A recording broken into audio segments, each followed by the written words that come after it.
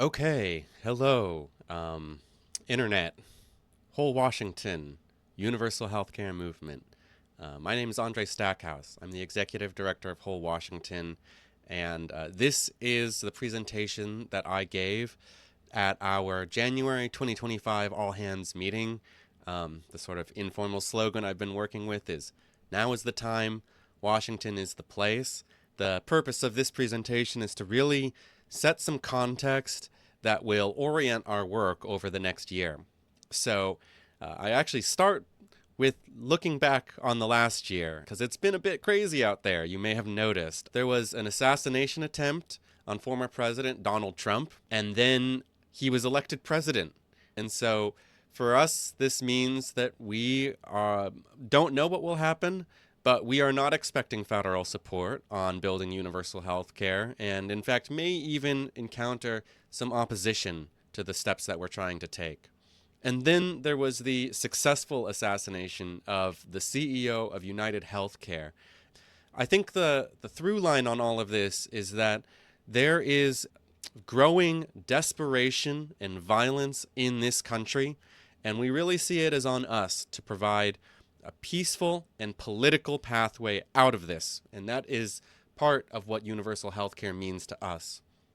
On a more encouraging note, the right to an abortion prevailed on the ballot in 9 out of 10 states, and that really shows that people do care about their rights. People do care about protecting what they have, and if they take it to ballot, that it can prevail. Our Attorney General, Bob Ferguson, did not run on universal health care, but we see as friendly to the issue of universal health care. And in addition to that, um, as Attorney General, Bob Ferguson is skilled with the legal system, and because we anticipate that it's very possible that if we were to pass universal health care, we would face legal challenges, Ferguson may actually be may be useful in navigating those legal challenges. Now, Senator Patty Kuderer is a longtime ally of Whole Washington and co-sponsor of the Washington Health Trust in the Senate. And she was elected insurance commissioner. And she has been a very outspoken proponent of universal health care and has described herself as immovable on this issue. So she is in a good position to help us push back on the insurance industry as insurance commissioner.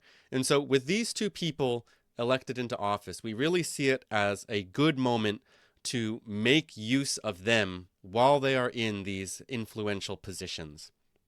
The last two are ballot initiatives that were on the last ballot. So these were both repeal campaigns, and one was to repeal the capital gains tax, and the other was to significantly roll back key components of our long-term care system.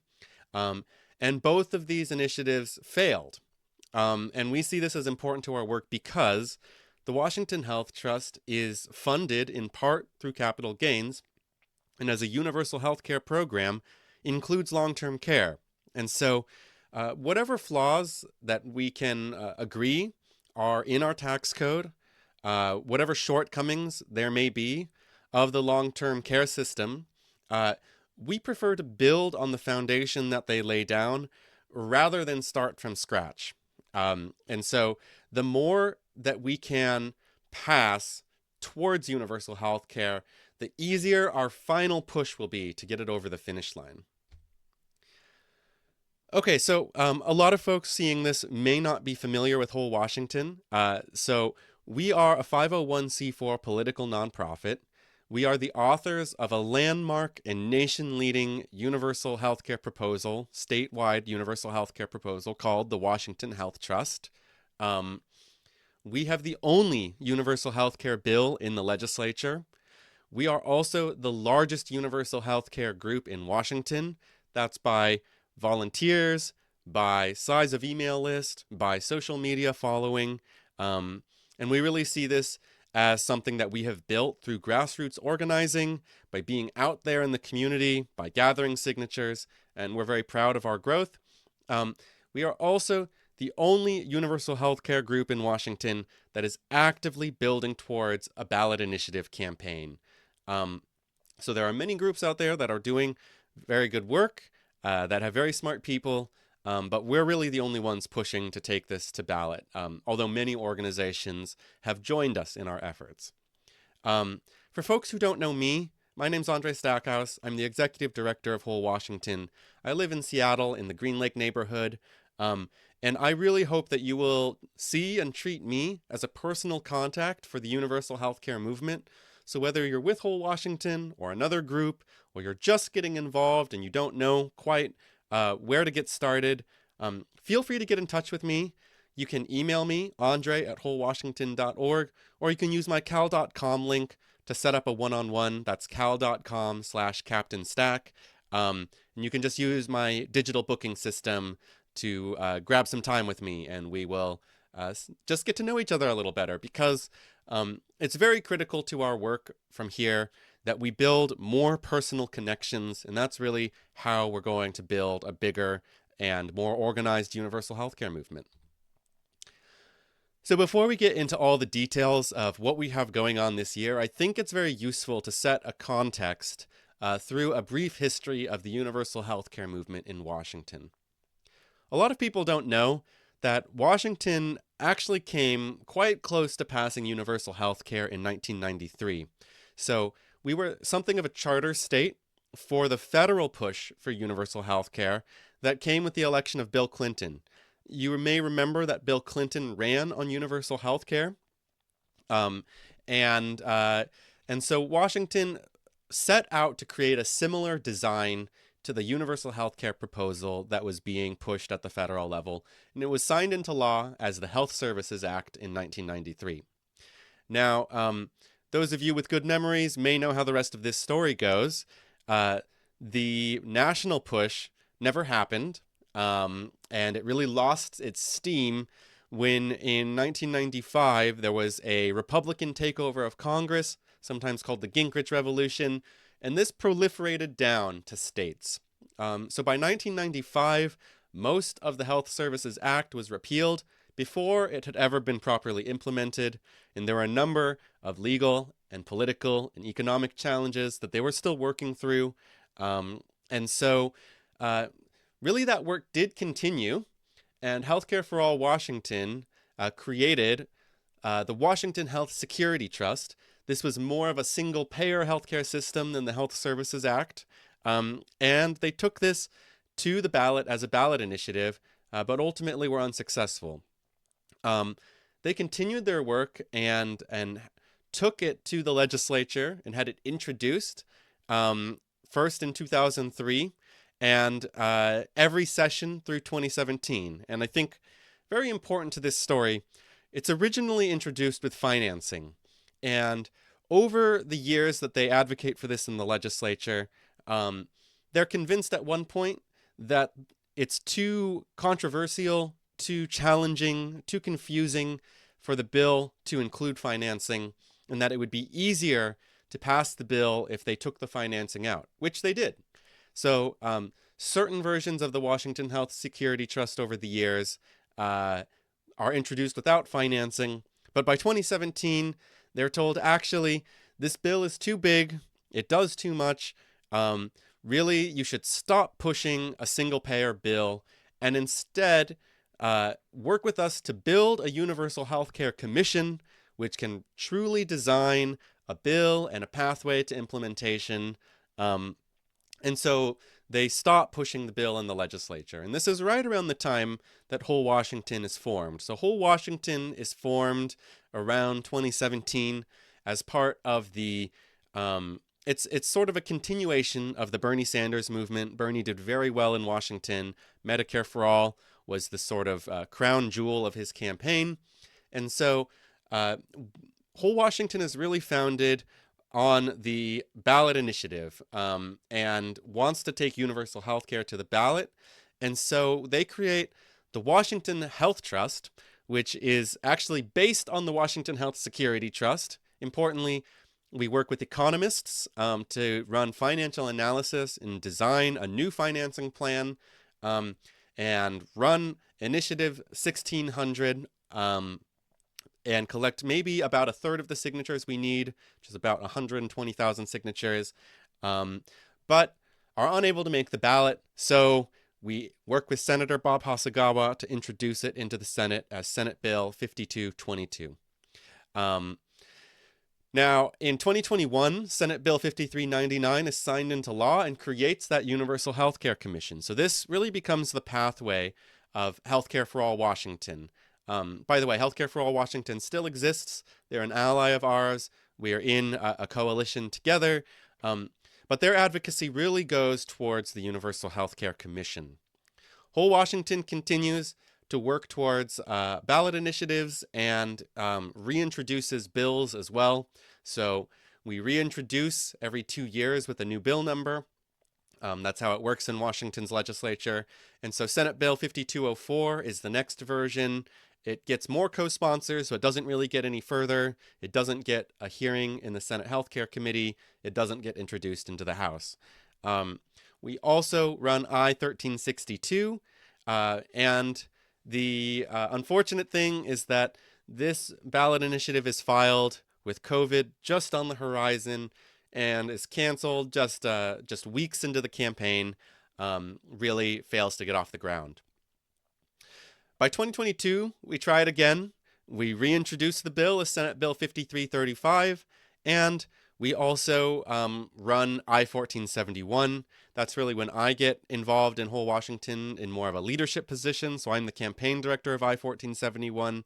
And unfortunately, we run a good campaign, we get a good bill in the legislature, but we don't really get any farther. I think to our credit, Whole Washington collects more signatures with 1471 than we did with I-1600. Not overall. We actually collect fewer signatures overall, but Whole Washington personally collects more signatures, whereas with I-1600, Whole Washington really didn't have the infrastructure to collect that many signatures on its own, and the bulk of the signatures came from coalition partners. In 1471, we don't get quite as much coalition support, but we personally collect more signatures. And at this time, COVID is still very much relevant in the sense that, many organizations are just kind of getting back out there into the world. Everyone is, still wearing masks. I don't think we had a vaccine at the beginning of this campaign. And so we are still severely limited by COVID. And then by 2024, we have built some political capital in the legislature, enough that the chair of the Senate Healthcare Committee directs the commission to run an analysis on the Washington Health Trust. And as part of that, we are invited to present to them 3 times. And you can see those presentations at wholewashington.org/commission. They're a really good way to learn about how the Washington Health Trust works. And we'll get a little bit more into that maybe in another video. But for the rest of this presentation, I kind of want to break down where we are now and where we need to be. And the categories I'll be running this through are Whole Washington, the organization, our fundraising, the coalition that we're trying to build, the legislative strategy that we're pushing, the initiative campaign that we're trying to build, and the Universal Healthcare Commission. So, starting with Whole Washington, the organization, I'm very proud to be Whole Washington's first staffer. I signed a contract with them a few weeks ago. We have had other staffers, I should say, first ongoing staffer. And I think the point of this is that it's a huge milestone for me because it allows me to dedicate quite a bit more of my time to Whole Washington, but it's also a milestone for Whole Washington, which has been basically entirely volunteer run up to this point and has, because of that, seen many booms and busts as important moments come that energize people and campaigns come where people push very, very hard and then we burn out and we don't succeed and people go away. And so then we go into a lull for a while and we try to rebuild. And what we're really emphasizing now is stability and really building an organization that is here for the long haul until this work is done. So next is a sort of boring and administrative thing. We are very soon going to have D&O insurance. That stands for directors and officers. Um, and the important thing about this is that it allows us to recruit and retain top tier talent into our leadership and our staff, because what D&O insurance does is it makes it so that individuals at this organization will not take on personal liability for things that happen, and instead it will be the nonprofit and the insurer who assumes that liability. Um, we're not here to do anything that is wrong or going to violate the law, but nonprofits are held to at times very complicated and very challenging compliance standards. Um, and we want people to feel confident to do the work that they want to do the things they're trying to do without taking on personal liability. Um, Last summer, we had a town hall road trip, and we drove all over Washington State. Well, not all of us, but a few of Whole Washington's board members, especially, uh, went all over Washington State and were able to hold over 24 town halls. And this is really, really important in this moment. I think people were really looking to get back out there in the world. Whole Washington really needed to reintroduce itself to the community, get off of Zoom and out there into the real world. And this really helped us collect a lot of feedback and see where people were on this issue, and help us incorporate that feedback into the work we're doing. And I think it's been successful. Well, that along with maybe some of the craziness that's been going on out there, because we've seen 148 volunteer signups since September 1st. And we really are at a point where we have more capacity than we have ever had before. But there is still important work that we need to do. Whole Washington, at the moment, is short a board treasurer. So while we do have a bookkeeper, while we do have a CPA, and we do have board members who are doing the work of a treasurer right now, we really want a dedicated board treasurer. So they would be well supported, and they would have a lot of people helping them with the raw paperwork. But what we want the board treasurer to do is to really set budgets, keep us on track with our finances, and to really serve as a bridge of communication between the board, the volunteers, and the staff, to just keep us all on the same page about where we are with our finances. We also are hoping to expand and diversify our board, and that is to build capacity, bring in new skills that the board doesn't currently have, bring in new connections that the board doesn't currently have. And when we say diversify, we don't just mean diverse in the sense of ethnically diverse, or culturally diverse. We mean it across all different categories. So whether we're talking age or geography or skills or level of ability, we need a truly diverse board of directors that can represent Washington State in its entirety. And this is also going to play a critical role in our ability to build coalition, to get foundation grants. And so if you know people who may be good candidates for our board of directors, please let us know. And ultimately, we need more staff.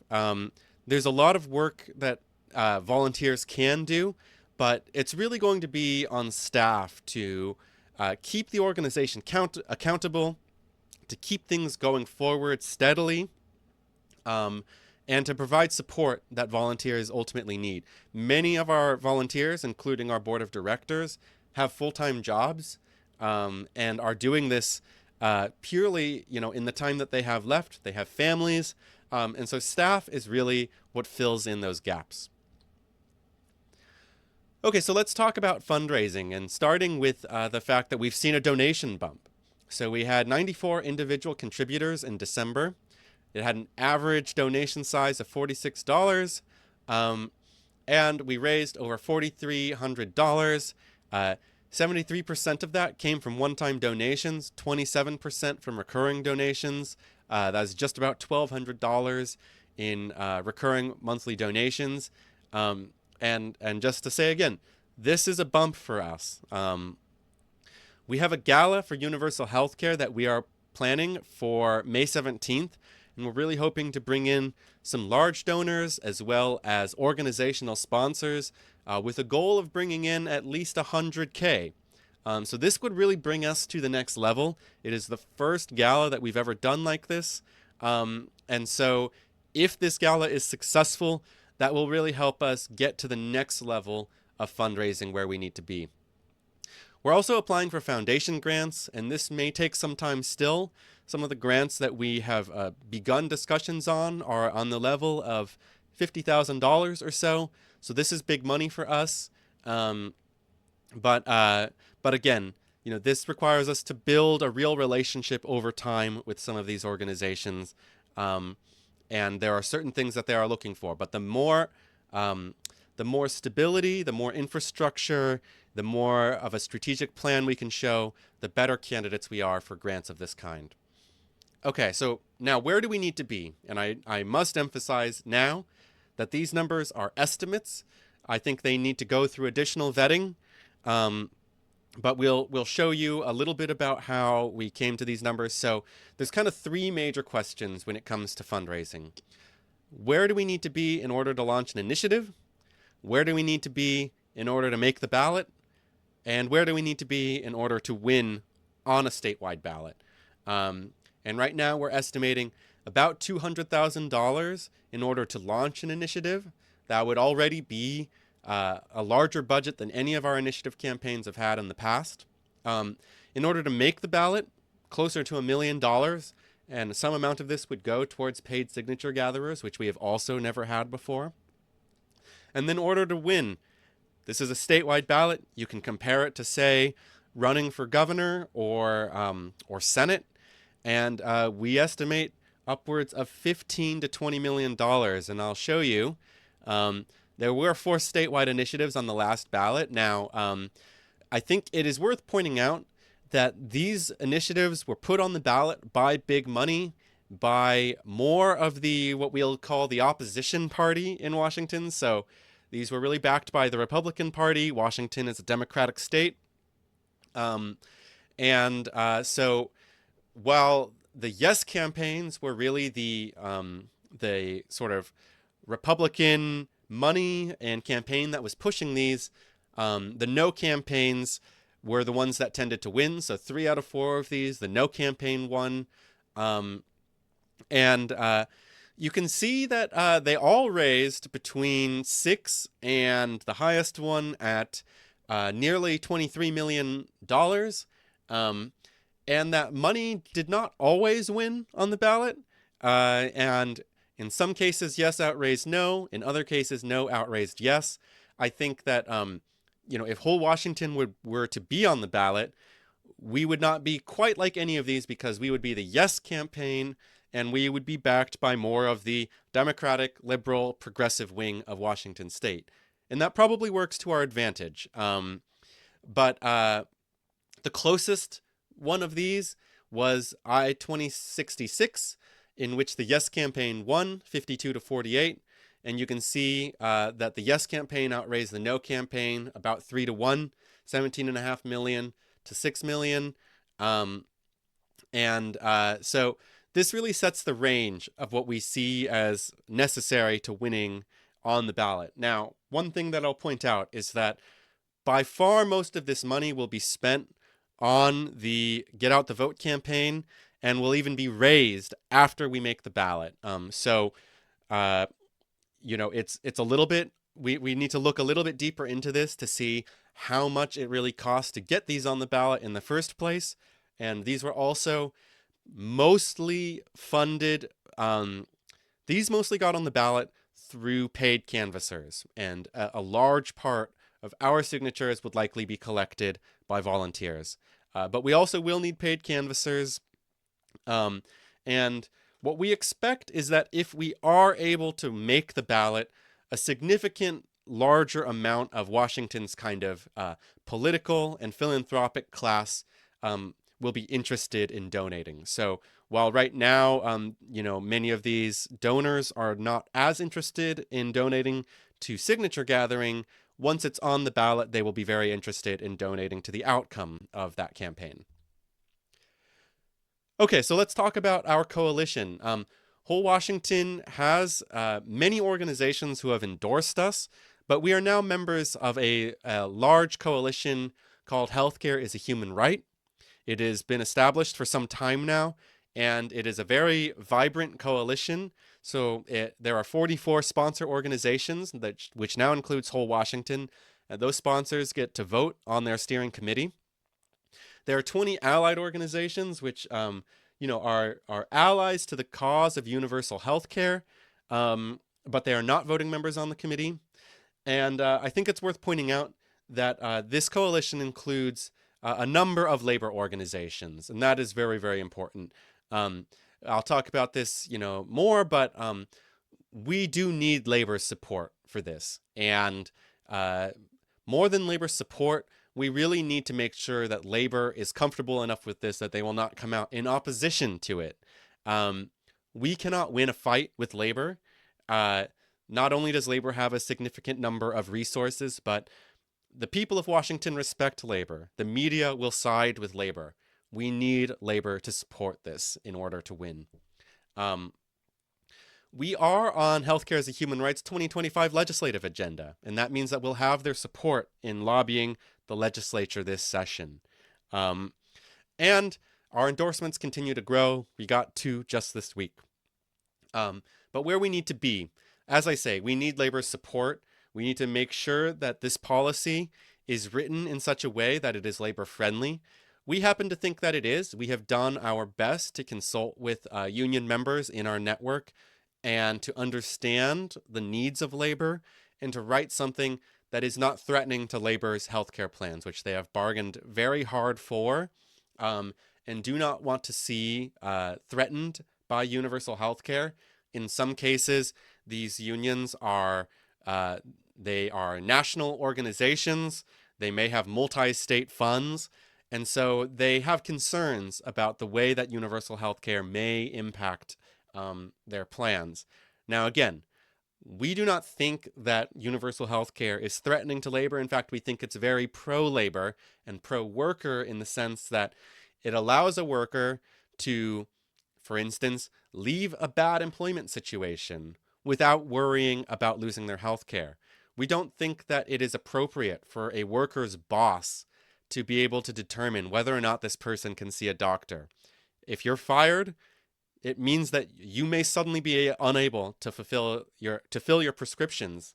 And right at that time, when you lose your income, you lose your health insurance. And this puts workers in a very challenging position. So universal healthcare frees a worker to say, join another company, or start their own business, pursue an education, or go on strike without the threat of losing their health care.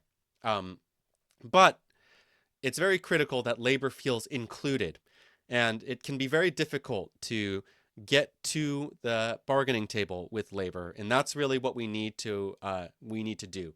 We need to sit down with labor, have this conversation, and ensure, if nothing else, that they feel that they were included.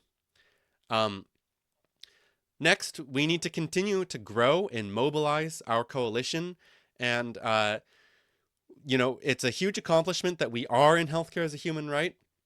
And our goal is to mobilize healthcare as a human right, or at least some of its member organizations, to take this to ballot. Many of the members of healthcare as a human right are more focused on the legislature and are often incrementally minded in the way that they want to move this forward. We would like to unify healthcare as a human right behind single payer as legislation. We have the Washington Health Trust. We consider it not our bill, but really Washington's bill and the coalition's bill. And if there are modifications to it that would make any member of this coalition more enthusiastic about it, we certainly consider that on the table. And ultimately, we need this coalition not just to support it in the sense of you know, uh, supporting its values, supporting it rhetorically. We need a coalition that is willing to fund this because, as we pointed out in the last section, this is expensive work. It's going to take a huge amount of resources in order to make this happen. And so it can't all come from small donors, one time donations. We need a coalition that is willing to fund this for the long haul and to really bring it to the next level. Um, I'll just say one other thing, which is uh, the coalition that takes this to ballot does not need to directly be healthcare as a human right. It does not need to be every organization within healthcare as a human right. But there does need to be a coalition that is ready to take this to ballot. Whole Washington cannot pull this off on its own. Okay, the legislative pathway. We are at the beginning of what's called a new biennium. So Washington works on 2-year legislative cycles. And so in the first year, bills are introduced. Well, bills can be introduced at any time. But in the first year, we have a long session. And then in the second year, we have a short session. Bills can pick up from where they left off in that second session. But then at the end of the second session, any bill that hasn't passed effectively dies. And so a new biennium begins and they are reintroduced with a new bill number. And so we're at the beginning of a new biennium.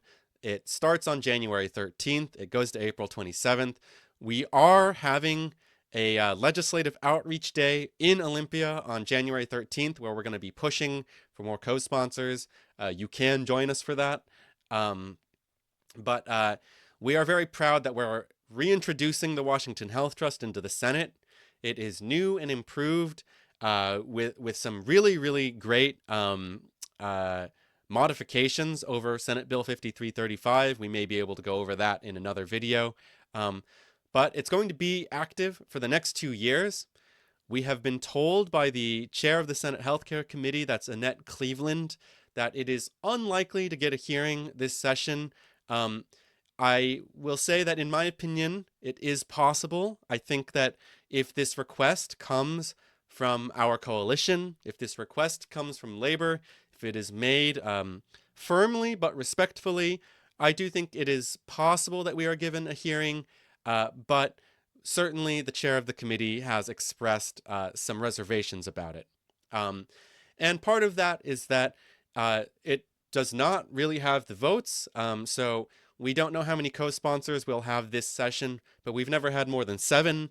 That's not really close to a majority in a Senate of 49 members. And so just being real here, this has a long way to go before it could even pass the Senate. And we are hoping to get more co-sponsors and maybe a hearing. But this is just where it is on the legislative pathway. Now, a little bit more likely to pass is in previous sessions, it was Senate Joint Memorial 8006. It has been reintroduced as Senate Joint Memorial 8004. And what this is a resolution that commits the legislature towards universal health care and also requests some of the federal support that we think is necessary to achieve single-payer health care in Washington. And the goal here is really to identify who is in principle for this and who is in principle against this, so that we can kind of, without all of the challenge of budgets and some of the legal questions, begin to build support for universal health care in the legislature, identify champions, and build on top of that. So this has passed the Senate twice, and it also passed the House Healthcare Committee. And it was very close to getting a floor vote in the last session. It was actually the next bill that would have been voted on, but the bill that came just before it, I don't remember if it passed or not, but ended up taking a very, very long time. And so we fell just short of getting that vote in the House. And we are more optimistic, especially with this being a long session, that 8006 can pass. So where we need to be is we really need to get this introduced into the House, and We anticipate we have about 10 endorsements from sitting members of the House and a number who have expressed support. And so, if we were able to secure a primary sponsor to introduce this into the House, we would expect 10 to 20 co sponsors. There are 98 members of the House, so it would still have a way to go. But we also believe that if it were introduced into the House, it would have a decent shot of getting a committee hearing, and that would help us build the political support that it needs.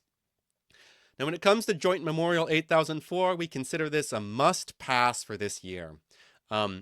Speaking frankly, the Senate Joint Memorial is us trying to work with the legislature and show that we are willing to work with them if they're willing to work with us.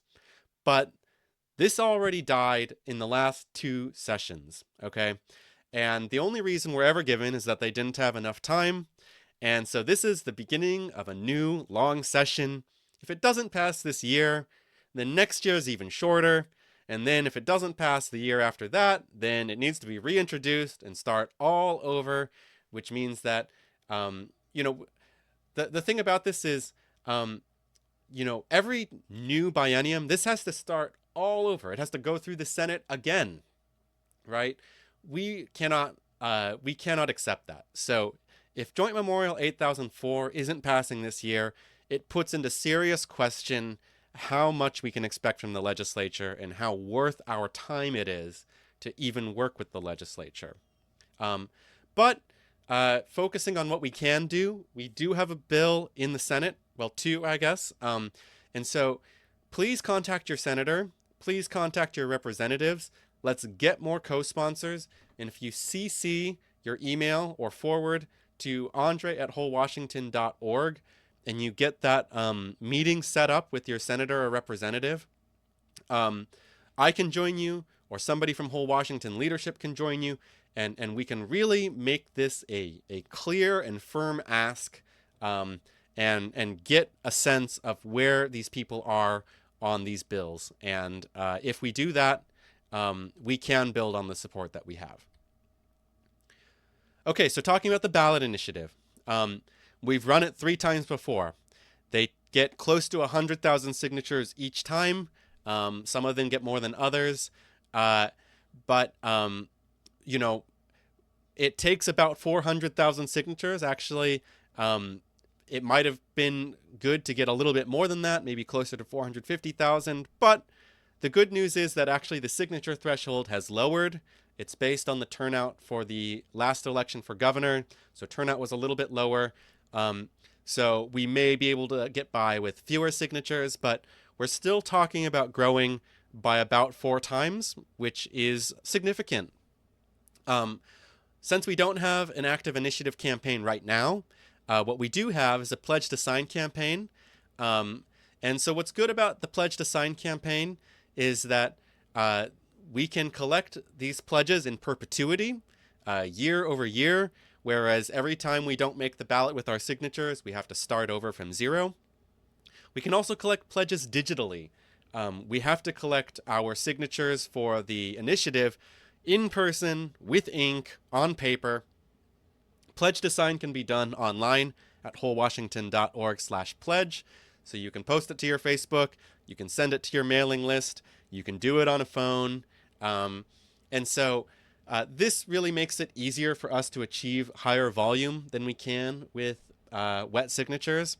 But it also serves as a tool for training signature gatherers. So collecting a pledge can be very similar to collecting a signature. It can be done in person. We can go out there to farmers markets and we can collect pledges, and that will really prepare people to collect signatures when the time comes for that. Now, right now we have about 2.2K pledges. So that's really just a start.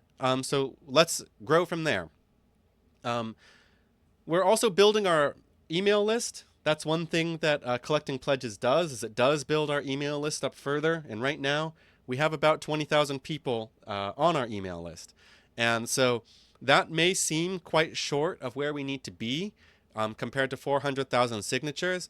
But if each of those people on our mailing list could just collect 1 sheet of signatures, and there are 20 signatures on a sheet, so that is really quite achievable.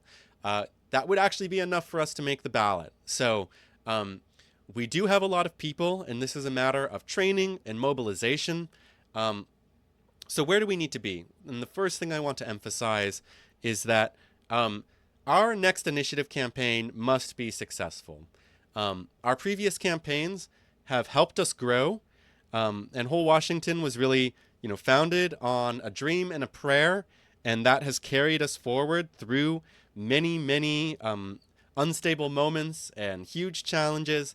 But it's very important with all of the everything that we've built, that our next campaign is successful, because we cannot afford to burn out our volunteers. We cannot afford to show our coalition that we can't grow from where we've been. Our donations will stop coming in if we, spend them on unsuccessful campaigns. So we really need to be oriented towards growth, towards a successful campaign. And a huge part of that is going to be organizing into regional and local teams. And we are still working out exactly what that looks like. But this work is in person, and it is all across Washington state. There are 7.7 million people in Washington. They can't all be on our Slack. They can't all report directly to me. And so we need to break down into smaller teams. We also need an onboarding and training program that really prepares people for the work that we need them to do. So a lot of people come in with some great energy and then find that it's quite difficult to really get involved and know what to do. And that's because this work is hard and complicated. And again, we are spread out all over this state, and it can be very difficult to just say, what do I do? Because that depends on where you are. It may be very different for somebody in Seattle versus somebody in Spokane or on the peninsula. So we really need an onboarding and training program that settles people into work that they can start doing. We need quite a few more volunteers. Yes, we've grown a lot. Our 2022 initiative campaign had aspired to recruit 800 signature captains, each of whom would bottom line 600 signatures, either by collecting them personally or leading the signature gathering for those 600 signatures. And that's still quite a few more than we have today.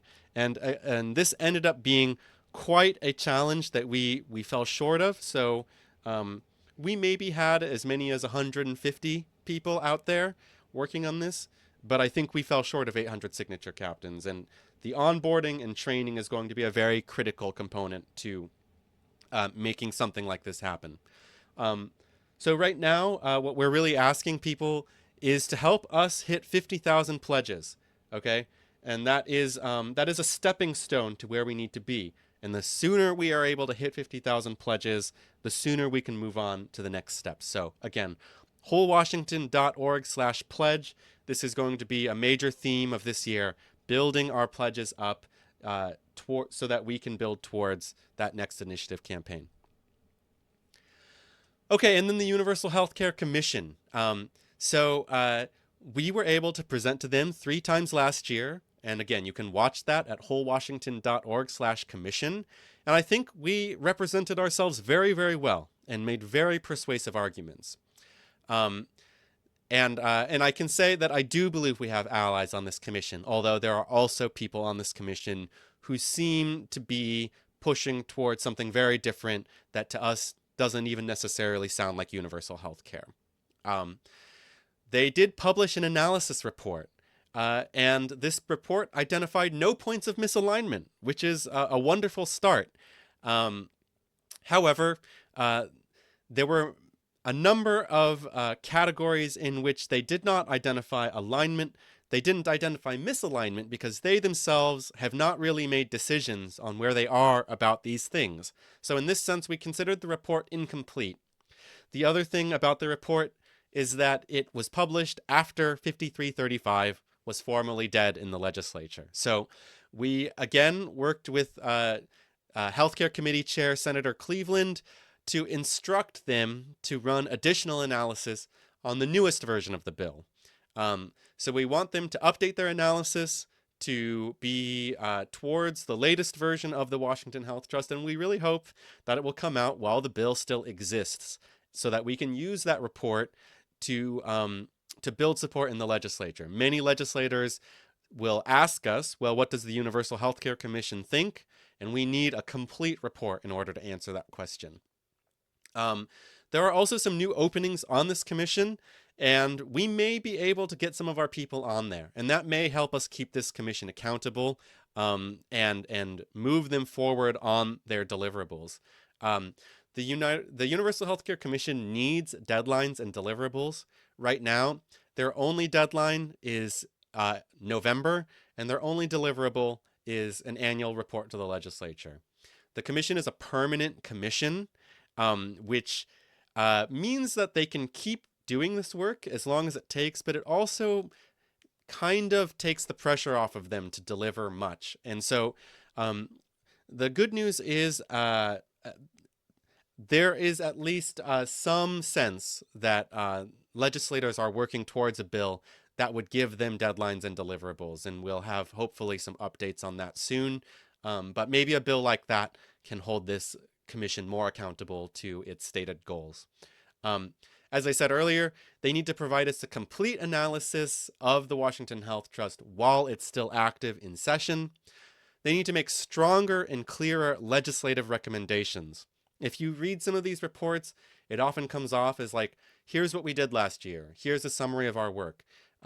We really don't think that that's relevant to legislators. What legislators need to know is, what are your recommendations for us to push as legislation?